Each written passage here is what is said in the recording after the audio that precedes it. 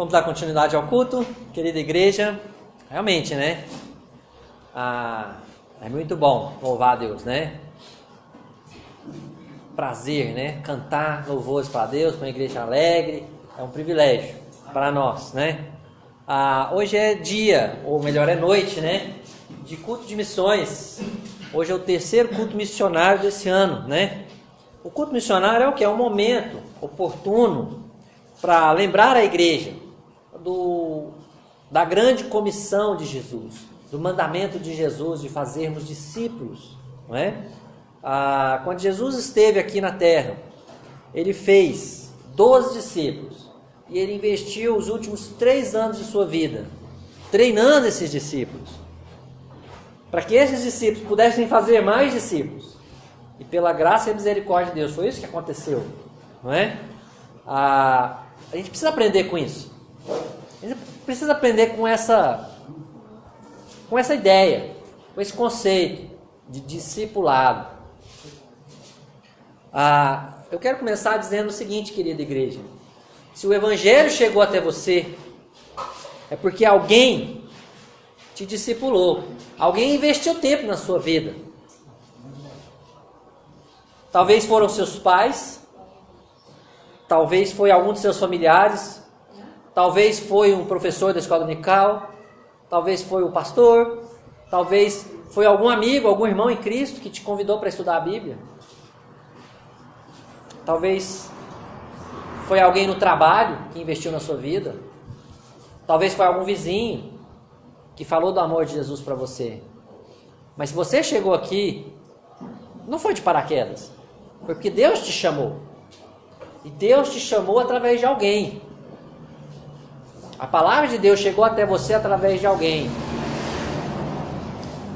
Então, você também deve discipular alguém. Investir tempo na vida de outra pessoa. Talvez seus familiares que não conhecem a Cristo. Talvez seus alunos da escola dominical, vocês são professores, professoras. Talvez seus colegas de trabalho. Talvez algum vizinho.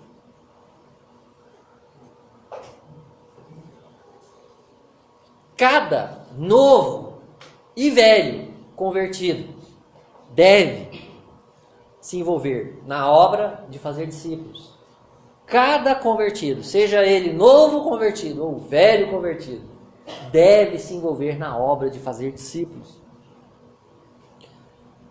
A igreja também, irmãos, como um grupo, né? Ela também deve participar dessa obra de fazer discípulos. O que eu quero dizer com isso? Eu quero dizer que nós individualmente temos que trabalhar para fazermos discípulos, mas também nós como igreja precisamos ter projetos, ter ideias de fazermos discípulos, de alcançarmos o bairro ou os bairros ao redor de nós, ou os bairros onde a igreja mora, as pessoas moram. A igreja deve ter estratégias de evangelismo, estratégias de discipulado. A igreja deve enviar, apoiar evangelistas, missionários. A igreja deve orar por eles. A igreja deve contribuir com eles. A igreja deve comunicar com eles. E a igreja tem procurado fazer isso. É lógico que com falhas, com deficiências, mas a igreja tem procurado fazer isso. Recentemente, nós retomamos o projeto Cinema na Rua, não é? Então, no mês de setembro, no começo desse mês, nós passamos um filme na rua aqui no bairro Jardim Europa, né? E convidamos os vizinhos para assistirem o filme sobre a vida de Jesus. Nós temos trabalhado para colher frutos. Na verdade, foram pouquíssimas pessoas, 3 famílias.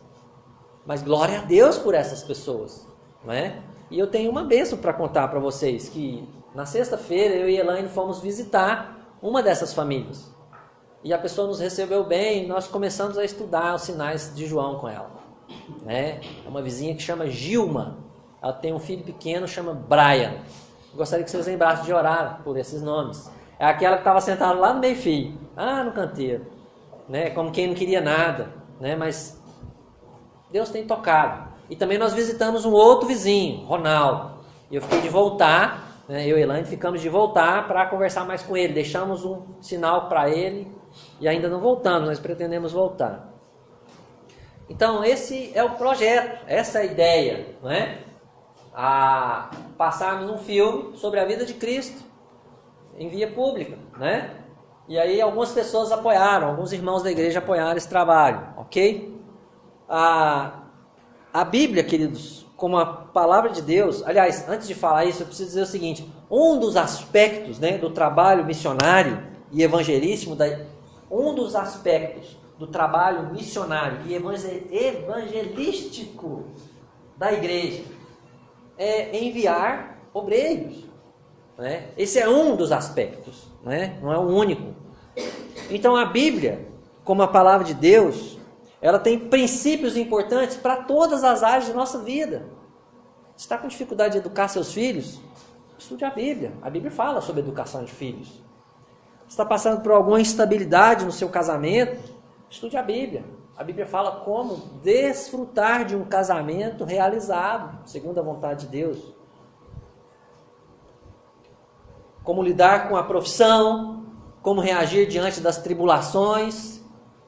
E uma infinidade de assuntos. A Bíblia fala sobre muitos e diversos assuntos, ok? Mas nessa noite observaremos um princípio bíblico de como enviar missionários e evangelistas. O que a Bíblia fala sobre isso? Não é?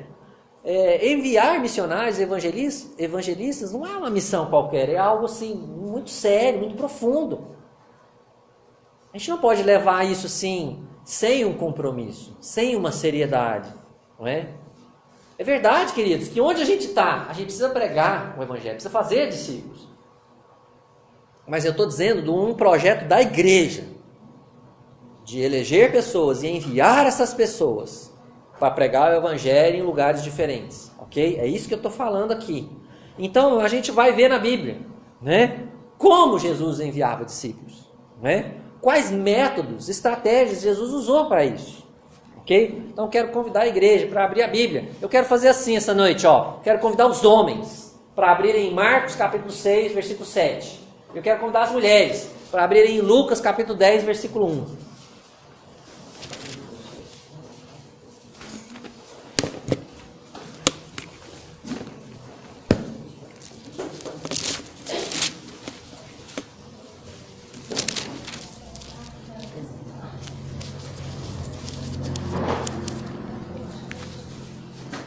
Marcos 6, verso 7. Lucas 10, verso 1.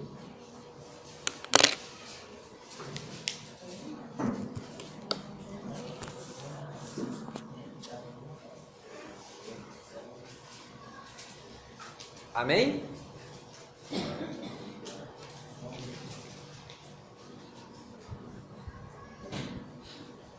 Então quero convidar os meus irmãos, homens.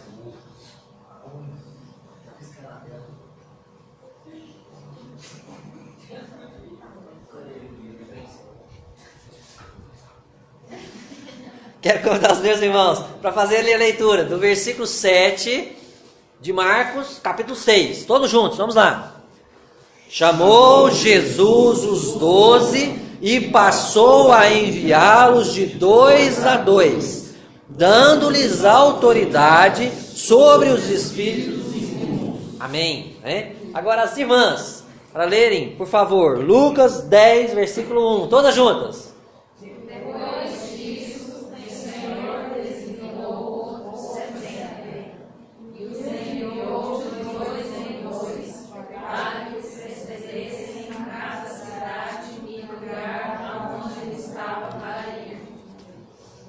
Amém. Vamos orar? Querido Deus, mais uma vez, oramos porque entendemos que só o Senhor pode transformar a nossa vida nesse momento. Deus, que não sou eu, ou não é nenhum de nós aqui, Deus, pela nossa capacidade intelectual, mas é o Senhor, através do Teu Santo Espírito, que pode, Deus, segundo a Sua santa vontade, usar a Tua palavra e transformar o nosso caráter, Deus. E é isso que pedimos. Usa a Tua palavra, Deus. Desafia-nos, Deus, a uma semana vitoriosa, a uma semana cheia de esperança, Deus, cheia de vida para o Senhor, Pai. Em nome de Jesus. Amém. Irmãos, infelizmente, um dos motivos do fracasso da igreja no envio de evangelistas ou de missionários para fundar novos trabalhos é porque muitas vezes não damos a atenção devida de como a Bíblia ensina que deve ser feito esse envio. Entenderam o que eu quis dizer? Muitas vezes a igreja envia missionários, envia obreiros e há um fracasso. E um dos motivos do fracasso, ou desses fracassos, é porque a igreja às vezes não presta atenção. Como que a Bíblia fala que deve ser o tipo de envio. A igreja envia do jeito que quer, muitas vezes, sem estudar a Bíblia, falar como que a Bíblia fala que tem que ser o envio de obreiros, de missionários. Então, nessa noite, eu quero estudar com vocês esses dois textos. O texto de Marcos e o texto de Lucas, não é? Que nos ensinam a importância de não enviarmos obreiros solitários para o campo missionário. Vocês prestaram atenção nisso? Não é? Os dois versículos falaram isso. Que Jesus, ele não enviou aquelas pessoas solitárias. Né? O desafio de hoje é que obreiros devem ser enviados em equipe. Nunca solitários. Ok? Então, analisando o verso novamente. Ok? Chamou Jesus os 12. De Marcos capítulo 6, versículo 7. Chamou Jesus os 12. Está falando dos apóstolos, né? E passou a enviá-los de 2 a 2, dando-lhes autoridade. Eu coloquei em 2, mas na palavra de Deus está de 2 a 2, dando-lhes autoridade sobre os espíritos imundos. E o outro versículo diz: depois disso, o Senhor designou outros 70 e os enviou de 2 em 2, para que o precedessem em cada cidade e lugar aonde ele estava para ir. Lucas 10, versículo 1. Irmãos, igreja querida, os discípulos eles foram enviados em duplas. São ocasiões diferentes, não parece, mas são ocasiões diferentes aqui, tá? Mas eles foram enviados em duplas para a tarefa de anunciar o reino, anunciar que o reino de Deus estava próximo. Eles foram em duplas para anunciar que Jesus estava chegando. Lembra que o versículo de Lucas aqui, ó, para que eles o precedessem em cada cidade e lugar onde ele estava para ir. Então Jesus os mandou à frente e Jesus estava seguindo aquelas duplas e pregando o evangelho atrás deles. Não só para pregar o evangelho, mas diz o texto também que eles curavam doentes, que eles expeliam demônios, preparando as pessoas então para a chegada de Jesus ali, não é? Aí vem aquela pergunta, né? Mas por que os discípulos foram enviados em duplas? Por que de 2 a 2 ou de 2 em 2? Podemos alistar alguns motivos, tá? Então, o primeiro motivo é o seguinte: o envio de duplas fazia daquela missão uma missão mais confiável, tá?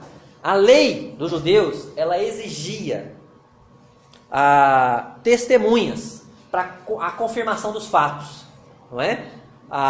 Paulo, em 2 Coríntios 13, ele cita um verso lá do Velho Testamento. 2 Coríntios 13, versículo 1, Paulo diz o seguinte: por boca de 2 ou 3 testemunhas, toda questão será decidida. Okay? Era preciso, diante da lei dos judeus, testemunhas para fundamentar os fatos. Ok? Isso acontece hoje na lei dos homens. Não é? Precisa de testemunha. Né? Não adianta falar, mas não, tem provas. Você viu, você estava lá, você ouviu. Né? Então, a missão se torna mais confiável com mais de uma pessoa, ok? A missão se torna mais confiável.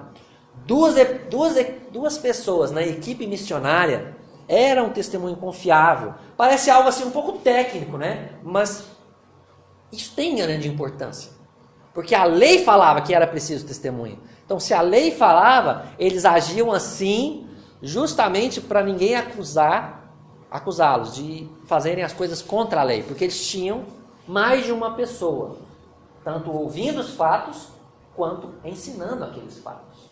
Ok? Esse é o primeiro motivo, tá? O segundo motivo, porque os discípulos foram enviados em duplas, é encorajamento mútuo. Irmãos, eu não sei quantos de vocês sabem o que é um trabalho missionário ou evangelístico, né? Eu não sei quantos de vocês participaram de trabalhos evangelísticos, né? Ou missionários. Talvez vocês já bateram na porta, talvez vocês já fizeram estudo com pessoas, né? Talvez vocês já receberam uma má resposta, já bateram a porta na sua cara, né? Mas isso ainda é pouco em comparação com o que os missionários e os evangelistas no campo missionário enfrentam, ok?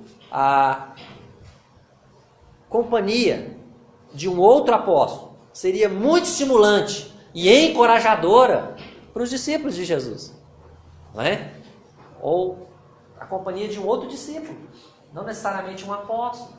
Então, quando eles estavam juntos, um ajudava o outro, um encorajava o outro, um estimulava o outro. Isso é muito importante na caminhada cristã. E especialmente na hora de pregar o evangelho, na hora de enviar obreiros.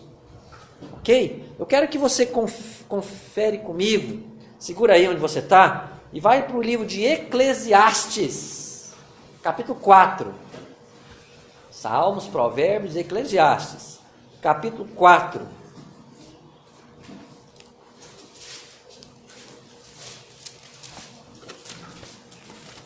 Quero ler alguns versículos aqui que falam da importância da companhia. Eclesiastes, capítulo 4, tá? Versículo 10.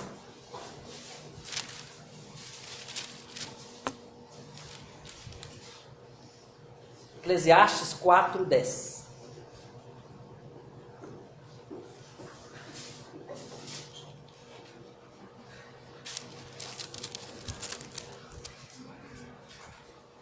Amém? Eclesiastes, capítulo 4, versículo 10. Diz o seguinte, presta atenção. Porque se caírem, levanta o companheiro. Ai, porém, do que estiver só, pois caindo não haverá quem o levante. Companhia, irmãos, especialmente no trabalho missionário evangelístico, é muito importante. Não é? É muito estimulante, é muito encorajadora, ok? É importante nos dias maus, nos dias tristes. Vamos lá, irmão, segue firme, levanta a cabeça e continua. Deus está conosco, não é? No dia que você está querendo desistir, vamos lá, irmão, vamos ficar juntos, vamos ficar firme. A companhia, Deus usa a companhia, né? Para trazer força nos dias de fraqueza. Olha o que diz o versículo 12. Eclesiastes 4, 12. Se alguém quiser prevalecer contra os dois lhe resistirão. O cordão de 3 dobras não se rebenta com... Olha, mexeu com mexeu com todo mundo, não é assim? Na família, não é? Mexeu com a esposa, mexeu com o marido também. Mexeu com o marido, mexeu com a esposa. A maioria das vezes, né? É assim que funciona, não é? Então, na companhia, eles se fortalecem, não é? Eles se tornam mais fortes no momento de dificuldade, no momento de fraqueza, tá? E também no momento de fraqueza, momento de cansaço, né? A companhia traz produtividade. Olha o que diz o verso 9. Melhor é serem 2 do que 1, porque tem melhor paga do seu salário. Olha, quando a produtividade está baixa, quando tem 2, ajuda a produtividade a aumentar, né? A companhia, a boa companhia, diga-se de passagem, né? Ela é fundamental, especialmente falando no trabalho missionário evangelístico. Presta atenção no que Deus está querendo dizer, irmãos. A igreja precisa prestar atenção nas normas, nas diretrizes da palavra de Deus para isso, não é? Para a gente não errar amanhã. Olha, eu estudei, eu vi algumas pesquisas, né, que dizem que muitos missionários voltam para casa após anos ou apenas meses depois de um trabalho missionário solitário. Então, uma pesquisa de um ministério chamado Lifeway apontou que, apesar desses missionários se sentirem muito privilegiados, né, a maioria esmagadora, 98% deles, se sentem privilegiados pela função que estavam desempenhando, não é? Mas 55% desses homens afirmaram que se sentiam solitários em seu ministério e concordavam com a afirmação que dizia: acho que é fácil ficar desanimado. Então, um obreiro no campo missionário ou um evangelista, não é, solitário, ele tende a desanimar, ele tende a fraquejar. Claro, irmãos, que é Deus quem nos conforta, né? É claro que é Deus quem nos fortalece, é lógico que, mas Deus usa seres humanos, irmãos em Cristo, para fazer esse trabalho também. Ele usa, Jesus enviou de 2 em 2, não é? Um outro argumento, terceiro motivo, terceira razão, né, porque os discípulos foram enviados em duplas. A gente vai observar que o próprio Espírito Santo, um pouco mais tarde, né, ele utilizaria esse método de não enviar pessoas solitárias. Nós estudamos o livro de Atos, certo? Então, o que diz lá em Atos, capítulo 13? Vamos dar uma olhada lá. Atos, capítulo 13, versículo 2.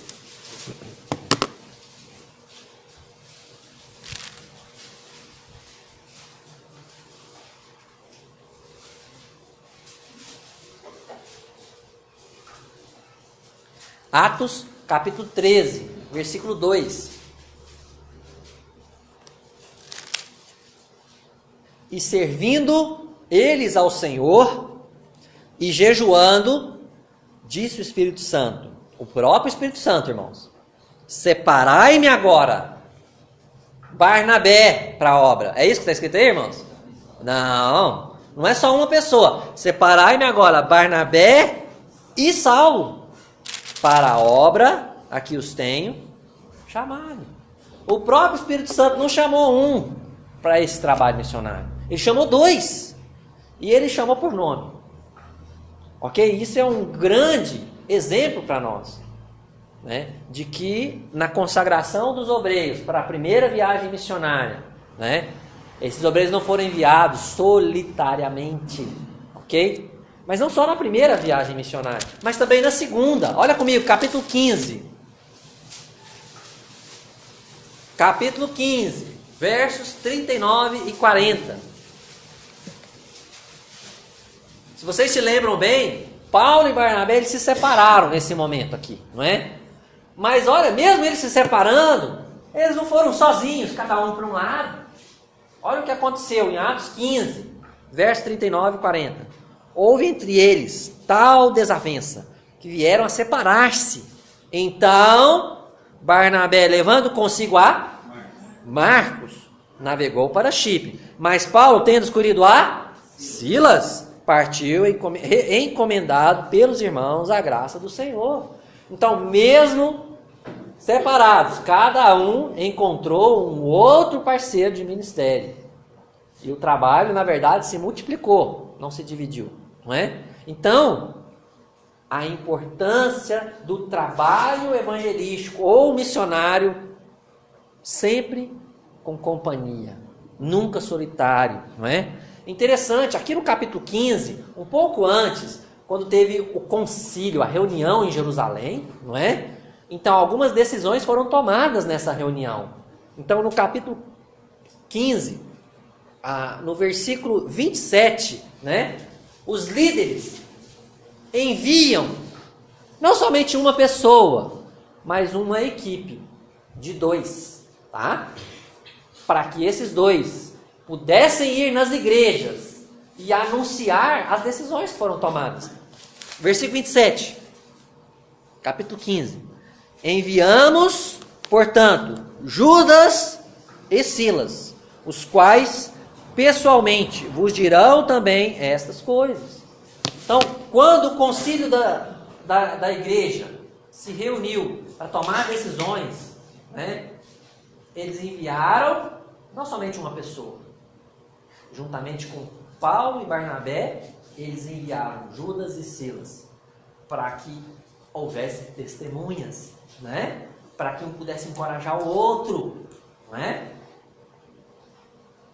Isso é importante no trabalho de Deus, na obra de Deus, ok?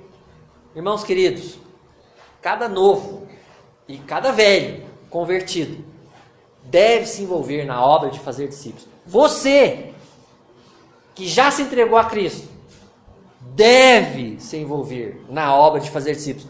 Você não simplesmente pode se envolver, mas você deve, você precisa se envolver. Jesus chamou você para pregar o Evangelho. Jesus chamou a cada um de nós que somos convertidos. Ide, portanto, fazer discípulos de todas as nações. Jesus falou aos discípulos, mas falou a toda a igreja também. Se o Evangelho chegou até você, meu querido, você também deve discipular alguém. Você também deve investir seu tempo na vida de outra pessoa, para que essa pessoa conheça a Cristo, para que essa pessoa cresça espiritualmente, se desenvolva na fé. Esse é o desafio desse ano. Esse é o desafio para você. Não é para a pessoa que está sentada do seu lado, a pessoa que faltou hoje, é para você, é para nós. É para vocês que ainda são adolescentes ou juniores. É para vocês também. Não é só para os adultos. Para os jovens. Para cada um de nós. Precisamos nos envolver na obra de fazer discípulos. A nossa igreja, como um todo, também deve participar dessa obra. Ok? Eu quero fazer a aplicação. Antes disso, eu quero dizer alguma coisa importante, tá? Eu me sinto privilegiado em cada semana, praticamente sem falhar, cada semana, eu tenho 2 irmãos com quem eu posso me reunir nessa igreja. 2 homens, 2 presbíteros. E eu tiro tempo para orar junto com eles. Orar por nossas vidas e orar pela vida de vocês, de todos vocês. Eu tiro tempo em meditar na palavra de Deus com eles, não é? Em dividir as famílias da igreja para que a gente possa orar e visitar com eles. Algumas vezes até chorar com eles, ou sorrir, não é? Eles são cheios de falhas, assim como eu e vocês. Não são perfeitos, não é? Mas eles me auxiliam muito. E eles têm dividido as cargas desse ministério comigo. Por isso a igreja precisa de presbíteros. Não é só para preencher cargo. Não é só para ter um título, um crachá. Ninguém precisa de título, não é?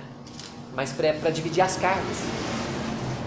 Muitos pastores, inclusive da nossa denominação, não tem pessoas para orar durante a semana, para dividir as cargas, não é? Falar, estou com esse problema aqui, como é que a gente vai resolver?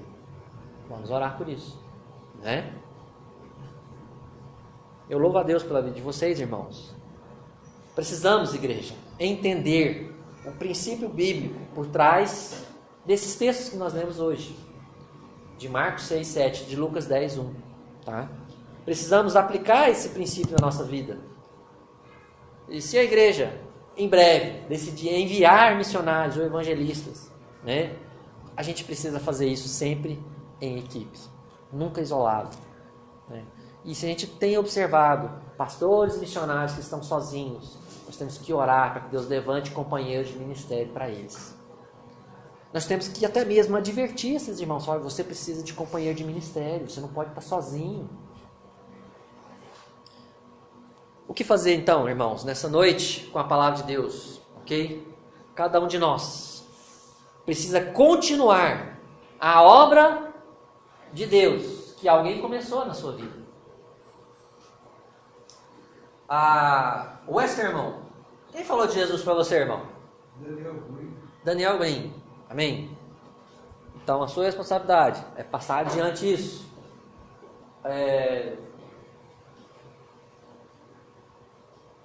Josival, quem falou de Jesus para você, irmão? Não, Soldado Nascimento. Soldado Nascimento. Glória a Deus pelo Soldado Nascimento. Você tem que passar adiante o que o Soldado Nascimento fez na sua vida. Não, é verdade isso. Amém, amém, né? Guarda, quem falou de Jesus para você, irmão? Josdemar da Silva, glória a Deus. Você tem que passar adiante o que ele passou para você. Todos nós, irmãos, precisamos passar adiante a verdade do Evangelho que chegou até nós. Ok? Então eu quero fazer 4 desafios nessa noite para encerrar esse culto. Presta atenção nesses desafios. Invista tempo em alguém. Você já falou isso, né, pastor? Já, você está fazendo isso? Se você está, glória a Deus. Mas se você não está, começa. Eu tenho até o último domingo de dezembro para falar sobre isso, né? Invista tempo em alguém. Se no final do ano, uma pessoa que não fazia isso, tiver feito isso, glória a Deus, eu me dou por satisfeito. Mas se tivermos mais glória a Deus ainda. Invista tempo em alguém. Estude a Bíblia com alguém, ou discipule alguém que já conhece até a palavra de Deus, mas ainda é recém-convertido, é novo na fé. Invista em alguém, ok? Segundo desafio, ore pela liderança dessa igreja, não é? Ore por nós. Ore para que Deus dê sabedoria para ensinarmos a palavra de Deus, para aprendermos a palavra de Deus primeiro, não é? Nós temos tido um grande desafio aqui, não é? Com os estudos bíblicos. Ore pelo pastor, ore pelos presbíteros, ore para as questões que a gente precisa lidar, em cuidar da igreja, em auxiliar os irmãos que precisam de auxílio, né? De orientação, de consolo, de conforto, até mesmo de correção. Ore por essa liderança. Terceiro desafio, ore por novos Eliseus e Josués. Essa semana eu brinquei com alguns irmãos, joguei a capa de Elias, hein? A capa de Elias passou, conforme a pregação que a gente fez alguns domingos atrás, né? Ore para que Deus levante discípulos que sejam realmente apaixonados pela palavra de Deus e que queiram assumir o trabalho de Deus de verdade. Não ficou só na sombra, mas assumir o sol de 40 graus nas costas e trabalhar para Deus, né? Ore por novos Eliseus, né? Por novos Josués, por discípulos que querem aprender e passar adiante. Aprender e crescer, para que um dia esses discípulos possam liderar também outros. Por último, olha, quem sabe você não é um Eliseu ou um Josué e está precisando seguir Elias ou Moisés e aprender desse Elias ou desse Moisés, não é?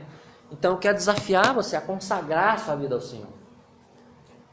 A consagrar, mas eu já sou consagrado, glória a Deus, mas consagra ainda um pouco mais, não é? O que eu quero dizer com isso? Invista tempo em discipular pessoas, invista tempo em estudar a Bíblia na sua casa, em aprender mais da palavra, né? Invista tempo em se preparar para o ministério, né? A gente estava conversando, né, ontem lá com o Tiago, Apoliano, e Deus tem nos dado um ano muito, muito abençoado com a Escola Bíblica Dominical. Nós temos professoras, nós temos auxiliares que estão treinando, quem sabe ano que vem vão assumir novas funções, novas salas, não é? Mas ainda é pouco, gente. Ainda tem carência grande na igreja, não é? Consagre-se para o Senhor, dedique-se, arregace as mangas e trabalhe na obra de Deus. É esse aspecto da consagração que eu quero chamar a atenção também, ok? Então, que Deus nos ajude essa semana a vivermos uma vida consagrada, né? E aprendermos com esse texto de hoje, né? Obreiros devem ser enviados em equipe, nunca solitários. Amém? Vamos orar? Pai querido, obrigado pela sua palavra santa e poderosa, Deus. Obrigado pelo teu Espírito Consolador. Obrigado porque o teu Espírito, ele nos faz lembrar da sua palavra. Obrigado, Deus, que o teu Espírito usa a tua palavra como uma espada de 2 gumes e que penetra, Deus, nos corações humanos fazendo transformações até o mais fundo do coração, da alma, da mente. Eu peço humildemente, Deus, que o Senhor faça isso nessa noite. Que o Senhor desafie, Pai, os nossos corações a não sairmos daqui como entramos, Pai, mas sairmos aqui diferentes, com decisões tomadas para colocarmos em prática a partir de agora, não amanhã, mas hoje mesmo, Pai, em nome de Jesus. Amém.